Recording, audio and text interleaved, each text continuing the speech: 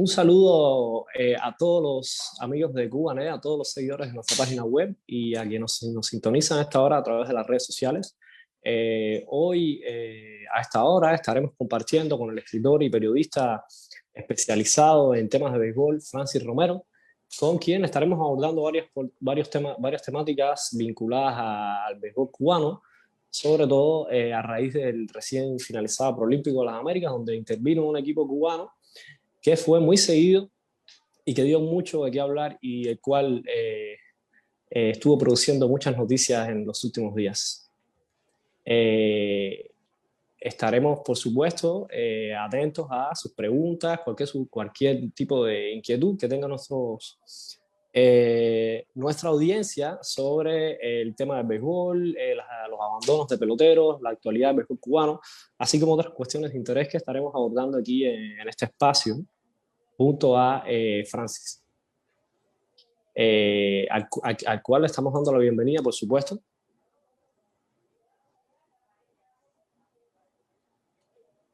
Estará en un momento con nosotros. Le estamos diciendo que Francis es periodista especializado en béisbol y en temáticas de béisbol cubano y en temáticas de peloteros cubanos en grandes ligas, uno de los autores más seguidos y que más contactos, que más fuentes, que más información maneja sobre los peloteros cubanos que están en la MLB hoy por hoy. Y también es autor del libro El sueño y la realidad, un trabajo bien completo sobre la migración de los peloteros cubanos en las últimas décadas.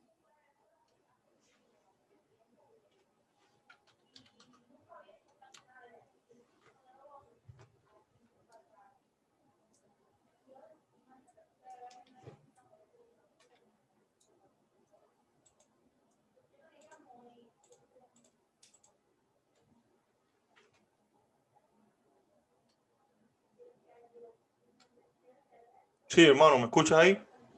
Te escucho, te recibo. Parece que no te teníamos, pero ya estamos Sí, contigo aquí. estoy aquí. Un saludo y gracias por invitarme a ti y a todos los seguidores también de Cubanet. Francis, estábamos,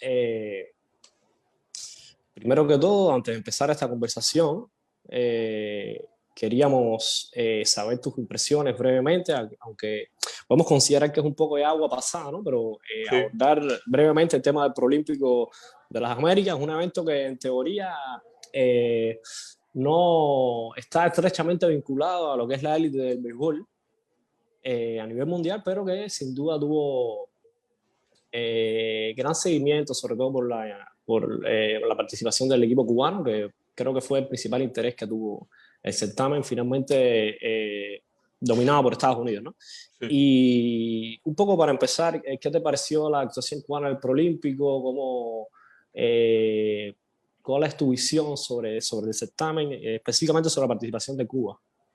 Mira, siempre es emocionante, ¿no? Para mí, la primera vez como reportero, haber estado en un torneo de esta magnitud, por lo que significa, ¿no? La emoción de la clasificación olímpica. Ahí en el torneo se percibía como un aire de estar rozando con los Juegos Olímpicos o algo así. Y era un torneo que daba una plaza directa y dos para el último clasificatorio. Se jugó en dos sedes, en Port St. Lucie y en West Palm Beach. Eran 8 equipos. Y evidentemente, como tú estás diciendo, el equipo que más público atrajo todo el tiempo fue el equipo de Cuba. Después de ese primer partido en West Palm Beach, el lunes 31, a la 1 de la tarde, que salió todo el público ahí, al siguiente encuentro no pasaba de 1000 personas, el encuentro entre Canadá y Colombia. Es decir, que Cuba dejó una huella muy grande en este torneo por ser en la Florida, ¿no? Y en materia general, las derrotas del equipo de Cuba, las dos primeras derrotas, podrían tener muchas horas de análisis y de causas y de cosas que ocurrieron antes y después y dentro del terreno también, porque muchas decisiones que vienen a influir en la participación de un equipo en el terreno. Pero al final es un poco decepcionante, ¿no? Los los que siguen el béisbol cubano no aceptan derrotas. Fueron muchos años y muchas décadas de victorias y ya no. Pero se manifestaron muchos problemas que existen en el sistema deportivo cubano actualmente y que llevan ya casi una década sin resultados con el equipo nacional. Se manifestaron ahí. Cuba perdió 2 partidos 6-5 por una carrera y ganó el último 16-3. En esos 2 partidos que perdieron por una carrera ocurrieron muchísimas situaciones que de haberse manifestado de una manera más normal, Cuba hubiera estado en la siguiente ronda y hubiera estado luchando por un boleto de clasificación olímpica. Exacto. Una de las primeras preguntas que quería hacerte es que yo creo, en mi visión muy particular, que si analizamos los últimos años del béisbol cubano, yo en lo particular no esperaba que este equipo clasificara a los Juegos Olímpicos, es la realidad, debido a los malos resultados, a la redundancia de la última década en general.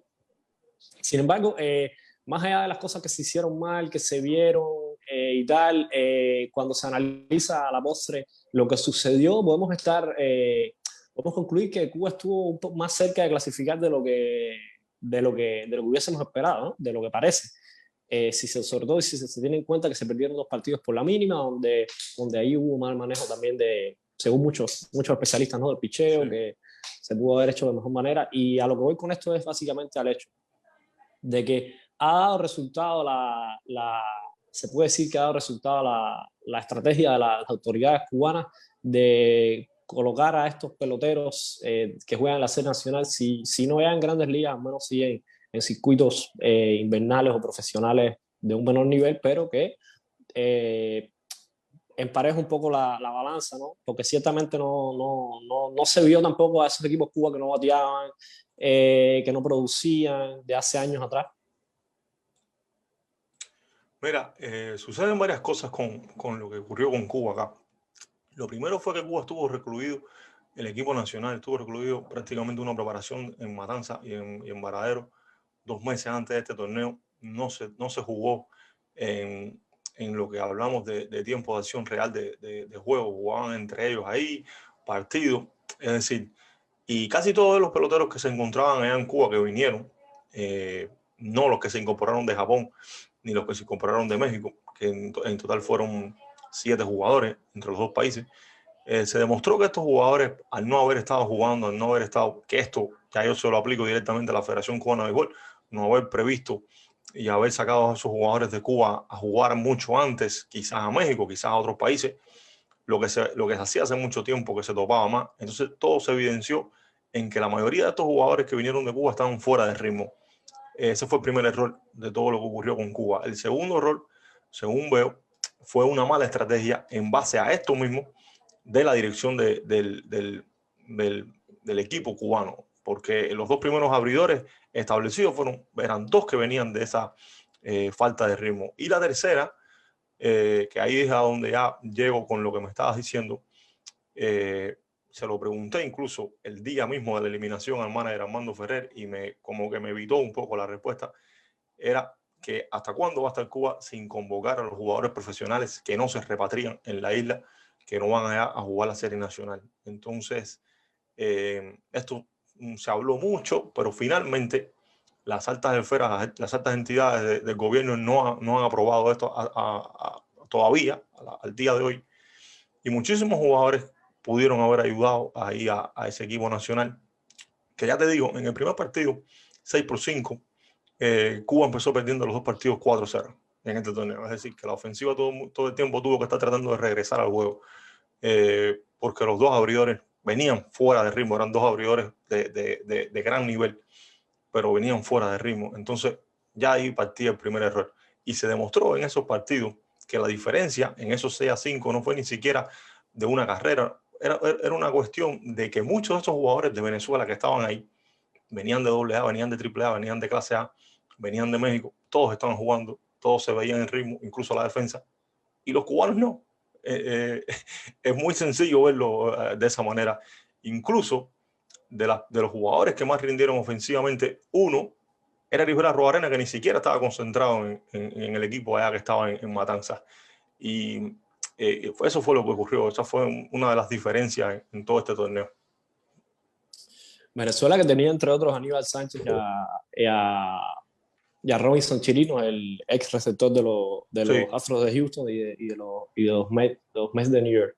Entonces vamos a pasar un poco al tema de que la gente más estuvo, la temática que la gente más siguió, ¿no? Que fue casi una vorágine de noticias sobre las exenciones de peloteros, de exenciones, manejando un poco el lenguaje del oficialismo en Cuba, ¿no? Sí. Los peloteros que abandonan sus delegaciones o abandonan la selección en torneos internacionales son considerados sectores desde hace muchos años, todos lo sabemos. Pero bueno, esa fue la comidilla. Nosotros previamente hablábamos, recuerdo que hablábamos, que yo te decía que siempre cada vez que un elenco cubano, ha pasado mucho con el fútbol, con otros deportes, cada vez que un elenco cubano visita los Estados Unidos, la pregunta que todos se hacen es cuántos se van a quedar. Sí. Un poco, ¿no? Y finalmente no fue, esta vez no fue la excepción, ¿no? Y la pregunta vendría siendo, en ese sentido, ¿no? De estos peloteros que se quedaron, tanto César Prieto como Andy Rodríguez, Lázaro Blanco y el otro que lo... Era el psicólogo. Y el psicólogo, sí, el psicólogo sí. No formaba parte del equipo. De estos tres peloteros, ¿cuáles son las perspectivas? ¿Cuáles son las posibilidades que tiene? Sobre todo de los tres más jóvenes, no tanto de Blanco, que ya sabemos que es un lanzador ya de 35 años y que tal vez, como él mismo dijo, lo que quiere es venir a Estados Unidos, ¿no? A continuar su vida, a hacer otra cosa. Mira, para situar más bien a las personas que nos ven, el éxodo del béisbol cubano comenzó desde la misma ruptura del profesionalismo en Cuba, que fue a principios del año 61. Ya en el año 62, en marzo, se firmó un decreto que prohibía la actividad de profesionalismo en Cuba. Pues empezó desde estos años. ¿Qué sucede? Que el éxodo en abandonos a delegaciones no comenzó hasta 1991 con René Arocha, cuando en el mes de julio abandonó acá en el aeropuerto de la Florida una delegación cubana. A partir de ahí, casi siempre que ha existido un viaje a los Estados Unidos o a otros países, Estados Unidos, por supuesto, es el destino más exótico, siempre ha existido abandono.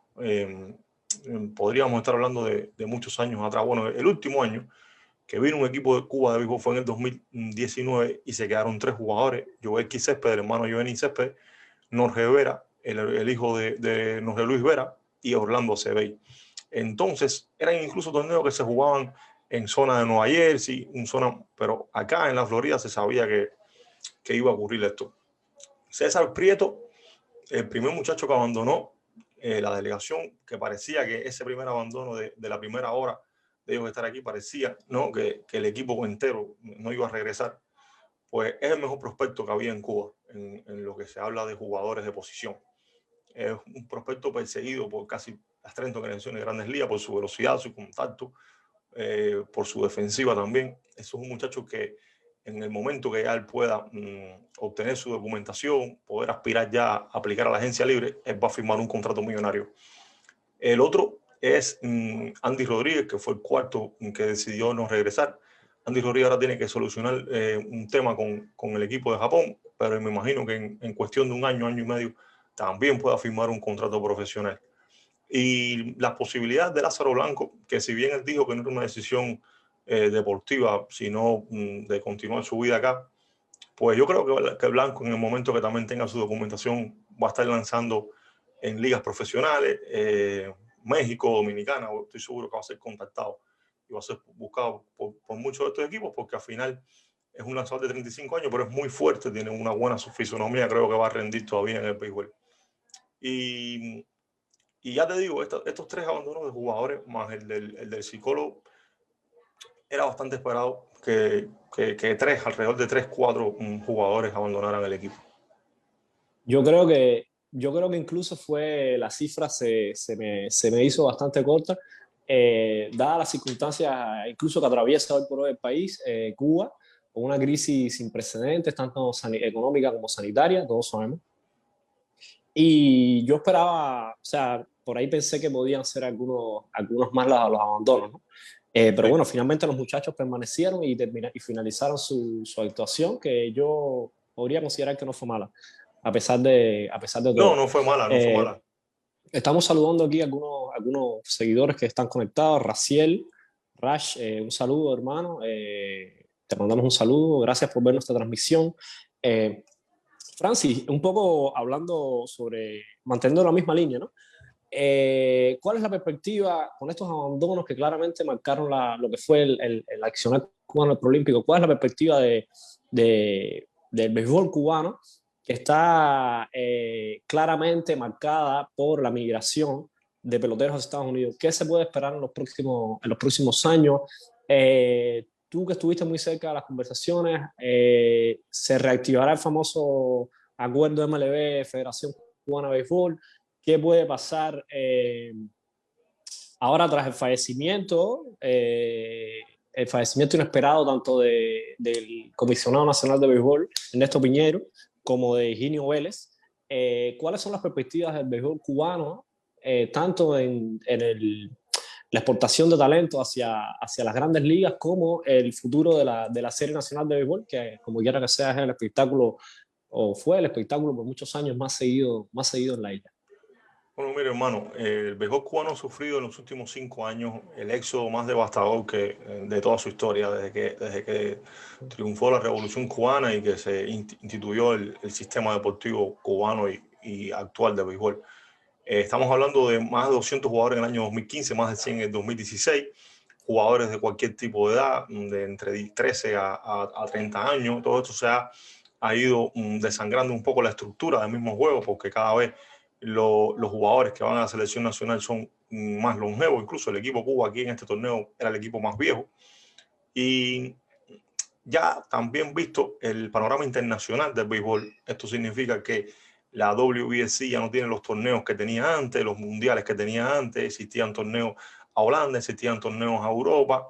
Todo esto hacía que el jugador cubano se motivara un poco más a permanecer en Cuba, porque al menos tenía el incentivo de 2 o 3 viajes anuales. Ya eso no existe, ya ese escenario ha ido desapareciendo poco a poco, porque la misma Federación Mundial de Béisbol y Softball se ha ido quedando sin presupuestos para estos torneos que al final en materia de marketing no generaban casi nada.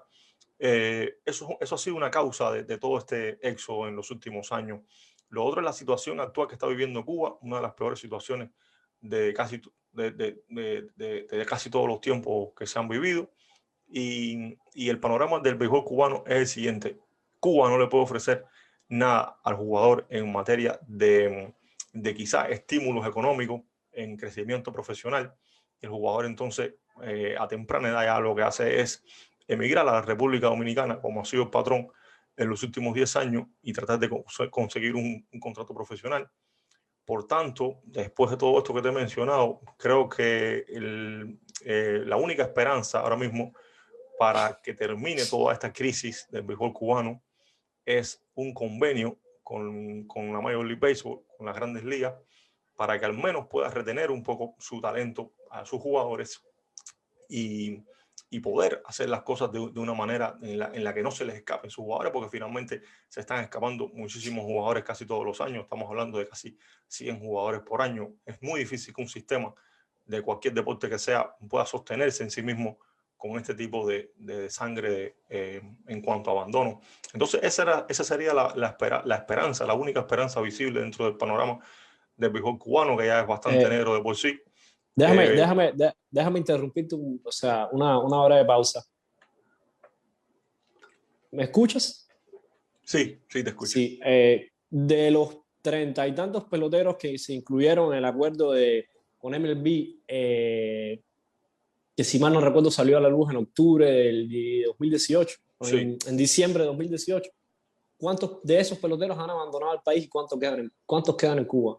Bueno, de ese listado de jugadores, ya lo que aquí tengo la lista, ahora mismo la estoy viendo, quedan en Cuba la mitad de esos jugadores, es decir, 17 jugadores quedan en Cuba de esos 34 que estaban. Ahí los más famosos, estamos hablando del mismo César Prieto, Oscar Luis Colás, Jorge Carlos Vera, que ya firmó con los White Sox, el hermano de Giovanni Céspedes, es decir, muchísimos prospectos que estaban ahí, que eligieron irse. Norel González, que firmó con los Astros de Houston, ahora mismo está en AA. Es decir, solo queda la mitad de ese listado de 34 jugadores ya en la isla. ¿Ese era un listado que se iba a actualizar año tras año o era una lista rígida hecha por scouts de MLB? No, eso fue un listado hecho por la Federación Cubana de Béisbol en cuanto a lo que ellos entendían de jugadores que ya estaban desbloqueados para poder firmar. Los scouts de Grandes Ligas que fueran a Cuba no podían firmar jugadores que no estuvieran en ese listado. Es decir, era una manera de Cuba ir controlando cómo iba abasteciendo a su manera el talento hacia estas posibles contrataciones que iban a existir. Entonces, lo que se comentaba era que meses después que apareciera este listado, si hubiera continuado el tema del acuerdo, ellos iban a habilitar otro listado, iban a habilitar otras vías de firmas internacionales, pero la primera eran estos jugadores que ellos pusieron a disposición de las 30 organizaciones de Grandes Ligas. Que este listado también un poco había mantenido como, una vez que se anuncia el acuerdo, había mantenido como un poco descolocados a una serie de peloteros que habían abandonado la isla en los meses antes, si mal no recuerdo, que habían quedado un poco como en un limbo porque no podrían pasar a ser firmados desde este contrato. O sea, este contrato eliminaba la contratación de, digamos que no ilegal, pero sí irregular de peloteros cubanos, ¿no? Sí, sí. A ver, las personas siempre pensaron que con ese acuerdo, y lo pensó Cuba y lo pensó MLB, y es algo que ellos todavía no habían estudiado esto. El éxodo va a seguir ocurriendo, exista el convenio con MLB o no. Es decir, muchísimos jugadores antes de tener 16 años se van a marchar a la República Dominicana. Lo que MLB establecía en este tipo de convenio, que el jugador que quisiera ir a residir en un tercer país iba a tener una penalidad de 2 o 3 años hasta que pueda aspirar a ser agente libre. Es decir, que eso es lo que iba a ocurrir en este caso que están mencionando. O sea que el futuro del béisbol cubano está visiblemente ligado a las grandes ligas. Es un hecho. Y los peloteros se irán abandonando la isla en tanto Cuba no sea un país que sea capaz de ofrecer tal vez un confort, de cierta manera un confort económico, como lo hacen en menor medida las ligas invernales, ¿no? Circuitos como República Dominicana, como Venezuela, como México, como Puerto Rico, como en menor medida Nicaragua. Entonces, un poco resumiendo, ¿cómo tú, una pregunta que quería hacer, ¿cómo es posible, o al menos una duda que me surge, que en medio de un contexto donde el béisbol cubano aparentemente se ha producido una caída a del nivel de pelotero, o mucha gente dice que Cuba ya no produce los peloteros que producía antes y tal, una visión que generalmente está sustentada por la baja de la serie nacional y los abandonos constantes, la fuga de talento? ¿Cómo es posible que Cuba siga dando jugadores tan jóvenes con un nivel que no vemos en ser nacional? A veces a través de tus mismas páginas en Facebook, los invito a que sigan la página de Francis Romero, tanto en Twitter como en Facebook, en Instagram, que hace un seguimiento de los jóvenes talentos cubanos, jóvenes de 17, 18 años que lanzan 95, 96 millas y que en la serie nacional eso no se ve. Y es algo un poco increíble, ¿no? Salen de Cuba a esa edad ya con un nivel que luego en la serie nacional no vemos. O con unas condiciones que de repente no hemos apreciado en certámenes de la isla. Sí, ¿qué pasa? Mira, todavía existe te hablé ahorita de la motivación y los incentivos. Todavía la WBC, la Confederación Mundial de Softball, tiene un sistema muy bien establecido de campeonatos mundiales sub-12, sub-15, sub-18, sub-23. Esto todavía representa un aliciente muy especial para el béisbol en Cuba, para la continuación de formación de talento, y siguen existiendo. Es un semillero de talento realmente Cuba, Dominicana, hablando de estos países así, que siempre surgen talentos. Cuando ya se va medio equipo, tú otra vez vuelves la vista y hay otra vez nuevos talentos. Es decir, que la formación ha ocurrido constantemente. Lo que no ha ocurrido es el perfeccionamiento luego de tú tener ese talento ya en tus manos. Y es una cosa que se ha demostrado que los métodos de entrenamiento, los métodos de observación, los métodos de entender el béisbol en Cuba, bajo un sistema sin probablemente toda lo que requiera en cuanto a tecnología, en cuanto a condiciones, ya hay un momento que el beisbolista no puede pasar de ese tope, que lo que se quiere es que constantemente el deportista salte en cuanto a calidad, y ya ahí entonces se frena el talento cubano. Y ahí es donde viene estas firmas profesionales, esta respuesta a pasar al béisbol de acá de los Estados Unidos.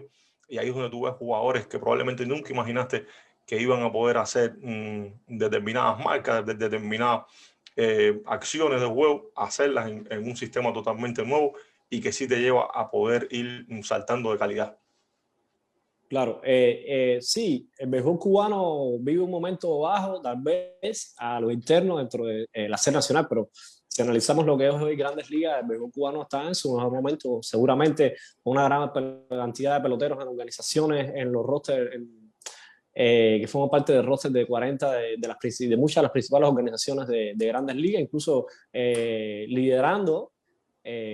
Algunos más consagrados como Sadriel Abreu, como Julieski, pero otros como José Adolis García, que ha tenido una temporada realmente impresionante.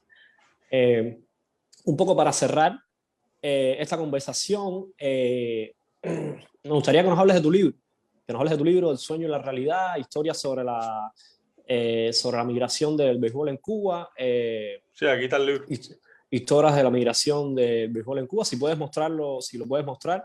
Este es un trabajo muy bueno de Francis, que además le costó muchísimo trabajo, muchísimo esfuerzo, donde muchísimos peloteros de los últimos años intercambiaron con él, contaron sus historias sobre cómo abandonaron el país y en muchos casos dando pie a testimonios y relatos sumamente interesantes que, por supuesto, pueden verlo en Amazon, pueden acceder a él. Si nos podrías comentar algunas cosas del libro, algunos detalles, ¿no? Por si las audiencias, alguien le interesa el tema, si quiere introducirse un poco más en el asunto, ¿no? Sí, mira, todos estos días que pasaron ya de la salida, fueron días muy activos en cuanto a las redes sociales. A las personas esto es un tema que las personas viven por eso, ¿no? Y yo estaba hablando con un amigo y le decía, señores, esto lleva ocurriendo ya alrededor de 20, 30, 40 años. En el libro, en El sueño de la realidad, esta investigación de 58 años, desde el año 60, que termina el profesionalismo en Cuba hasta el 2018, cuenta mediante capítulos por décadas cómo fue cambiando, cómo fue modificándose o transformándose la migración de los beisbolistas. Al principio era de una manera, por un contexto sociopolítico, y luego a partir de los años 90 fue cambiando a esto de los abandonos. Luego en los años de 2000 al 2010 eran mediante embarcaciones marítimas, y luego a partir del año 2013 en adelante ya eran salidas prácticamente legales con la reforma migratoria del año 2013. Entonces, aquí en El sueño y la realidad, además de explicar en cuanto a testimonios con muchos jugadores, yo pude contactar a casi más de 400, 500 jugadores de todas las épocas, cómo fue su experiencia, no solo los que triunfaron, sino también los que no pudieron llegar. Además de eso, la mitad del libro hasta el final es un listado de todos esos jugadores que se fueron, esos nombres que están olvidados por la historia oficial de Cuba y que aquí también están olvidados porque la historia de este lado solo resume a los que triunfaron. Pues entonces quise condensar en un libro todos los jugadores que habían salido entre estos 58 años y a dónde habían llegado, y una breve biografía de qué había sucedido con ellos. Claro, bueno, El sueño y la realidad de Francis Romero, un libro que a todos los seguidores del béisbol en Cuba y en general de la historia del béisbol cubano deberían leer. Francis, no sé si el libro un poco accidentado por la pandemia y tal, pero seguramente cuando la situación mejore tienes pensado presentarlo seguramente en un espacio ya físico, con invitados, con gente del béisbol, seguramente que Ojalá, hermano. conoces a muchos. Y por supuesto, cuando eso pase, estaremos informando y estaremos adelantando los detalles sobre esa presentación que ojalá se dé, ¿no? Te doy las gracias por aceptar la invitación y seguramente más temprano que tarde seguramente podremos encontrarnos nuevamente aquí con la audiencia de Cubanet para seguir hablando de béisbol y de deporte en general. Así que te agradezco a ti, a todos los que nos vieron hasta el momento, también darles las gracias. No,